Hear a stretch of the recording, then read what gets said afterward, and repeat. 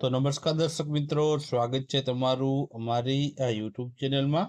તો આજના વિડીયોમાં આપણે છે મહત્વપૂર્ણ જે શિખર સંમેલનો 2025માં યોજાણા છે, તો તેના વિશેની માહિતી આપણે છે આ વિડીયોમાં જોવાના છીએ.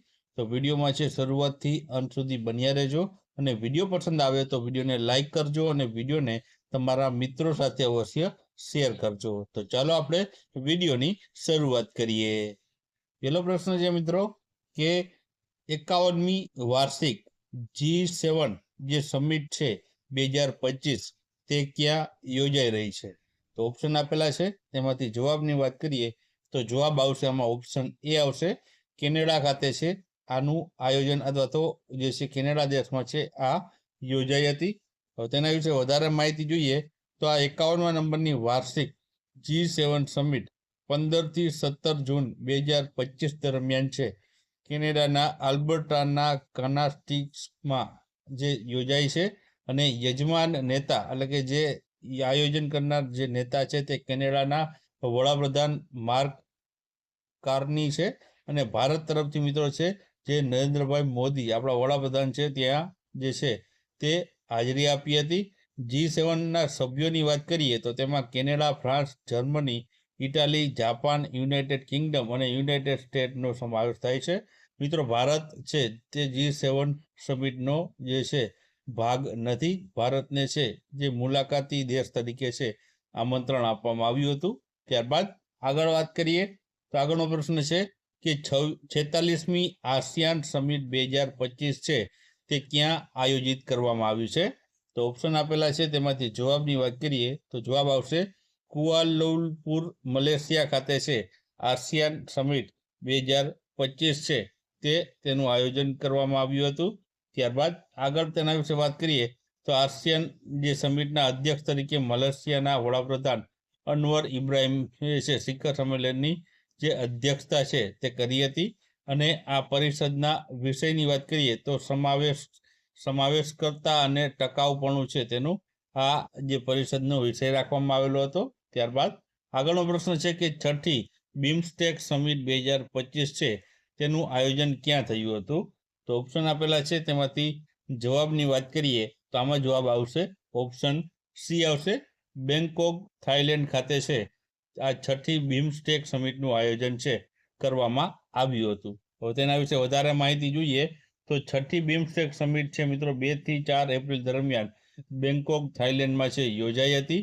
બિમસ્ટેક એ છે બાંગ્લાદેશ, ભૂટાન, ભારત, મ્યાનમાર, નેપાળ, શ્રીલંકા અને થાઈલેન્ડ દેશનો છે આ જે છે તેમાં સમાવેશ થાય છે આટલા દેશોનો.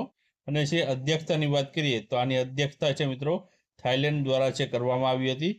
ભારત તરફથી છે વડાપ્રધાન નરેન્દ્રભાઈ મોદી છે ત્યાં ઉપસ્થિત રહ્યા હતા. થીમની વાત કરીએ તો બિમસ્ટેકની થીમ છે સમૃદ્ધ, સ્થિતિસ્થાપક અને ખુલ્લું. આ છે આ વખતેની થીમ રાખવામાં આવી હતી. ત્યારબાદ આગળનો પ્રશ્ન કે પીએમ મોદીની સહ-અધ્યક્ષતામાં 3જી AI એક્શન સમિટ 2025 ક્યાં શરૂ થઈ છે? તો ઓપ્શન આપેલા છે, તેમાંથી આપણે જવાબની વાત કરીએ તો આ પ્રશ્નનો જવાબ આવશે ઓપ્શન સી આવશે, ફ્રાન્સના પેરિસ ખાતે છે આનું આયોજન કરવામાં આવ્યું હતું. હવે આના વિશે વધારે ડિટેલમાં માહિતી જોઈએ તો 10મી અને 11મી ફેબ્રુઆરી 2025ના રોજ આનું આયોજન કરવામાં આવ્યું હતું. આવૃત્તિ અથવા તો સંસ્કરણ પૂછવામાં આવે તો 3જા નંબરની આવૃત્તિ અથવા તો સંસ્કરણનું આયોજન થયું હતું.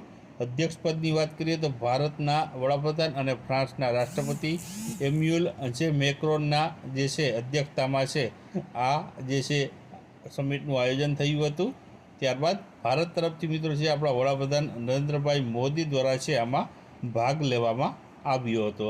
ત્યારબાદ આગળનો પ્રશ્ન જોઈએ તો હિન્દ મહાસાગર પરિષદની 8મી આવૃત્તિ છે તે ક્યાં યોજાઈ રહી છે? તો ઓપ્શન આપેલા છે, તેમાંથી જવાબની વાત કરીએ તો આમાં જવાબ આવશે ઓપ્શન એ આવશે, મસ્કત જે ઓમાનમાં આવેલું છે ત્યાં મિત્રો છે આની 8મી આવૃત્તિનું આયોજન થયું છે.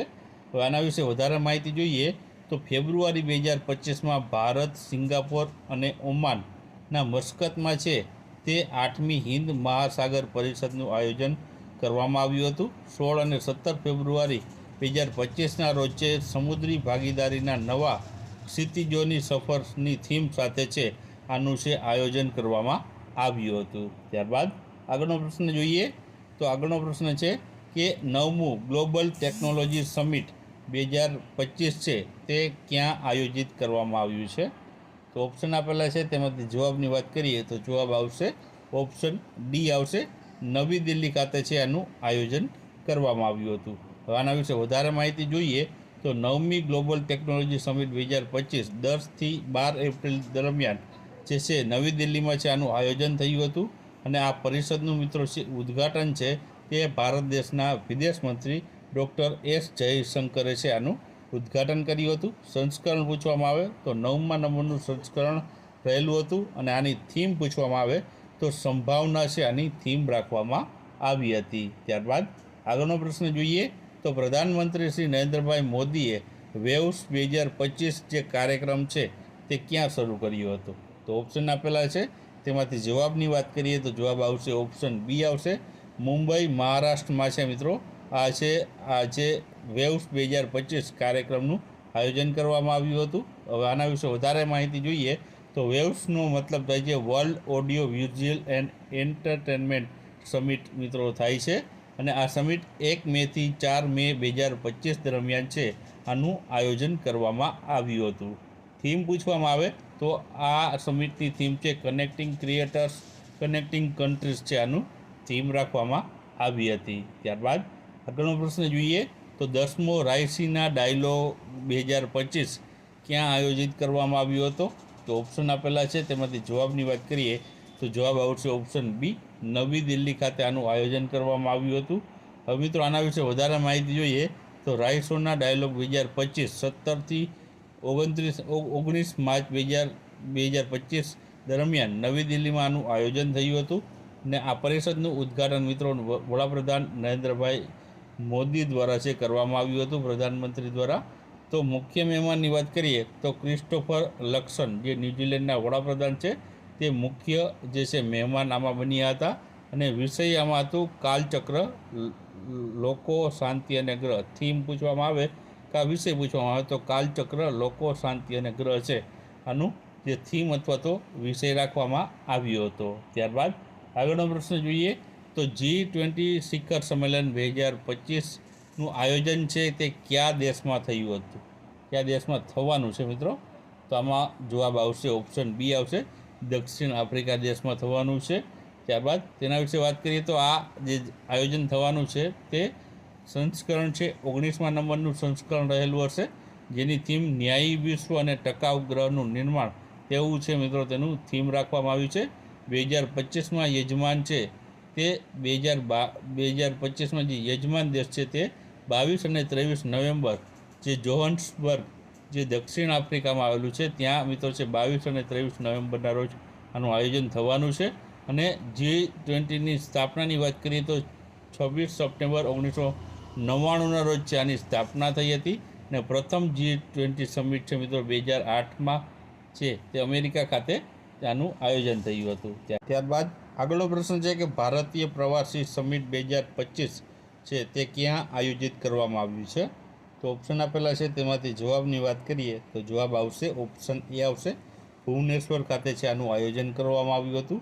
આના વિશે વધારે માહિતી જોઈએ તો ઓડિશાની રાજધાની ભુવનેશ્વરમાં 18મી પ્રવાસી ભારતીયનું છે આયોજન કરવામાં આવ્યું હતું. આ કાર્યક્રમ ભારતીય પ્રવાસી સમુદાયનું યોગદાનના સન્માન માટે કરવામાં આવે છે. વિષયની વાત કરીએ તો આનો વિષય રાખવામાં આવ્યો હતો કે વિકસિત ભારતમાં વિદેશી ભારતીયોનું યોગદાન. મુખ્ય અતિથિની વાત કરીએ તો ક્રિસ્ટન કાર્લો કાંગાલુ જે ટ્રિનિદાદ અને ટોબેગો પ્રજાસત્તાકના તેઓ પ્રમુખ છે. ત્યારબાદ આગળનો પ્રશ્ન છે કે નાટો સમિટ 2025નું આયોજન છે તે કયા દેશમાં થયું? તો ઓપ્શન આપેલા છે, તેમાંથી જવાબની વાત કરીએ તો જવાબ આવશે આમાં ઓપ્શન સી આવશે, નેધરલેન્ડ દેશમાં છે તેનું આયોજન કરવામાં આવ્યું છે. હવે આનું આયોજન મિત્રો છે 24થી 26 જૂન 2025 દરમિયાન છે આનું આયોજન છે તે નેધરલેન્ડમાં થવાનું છે.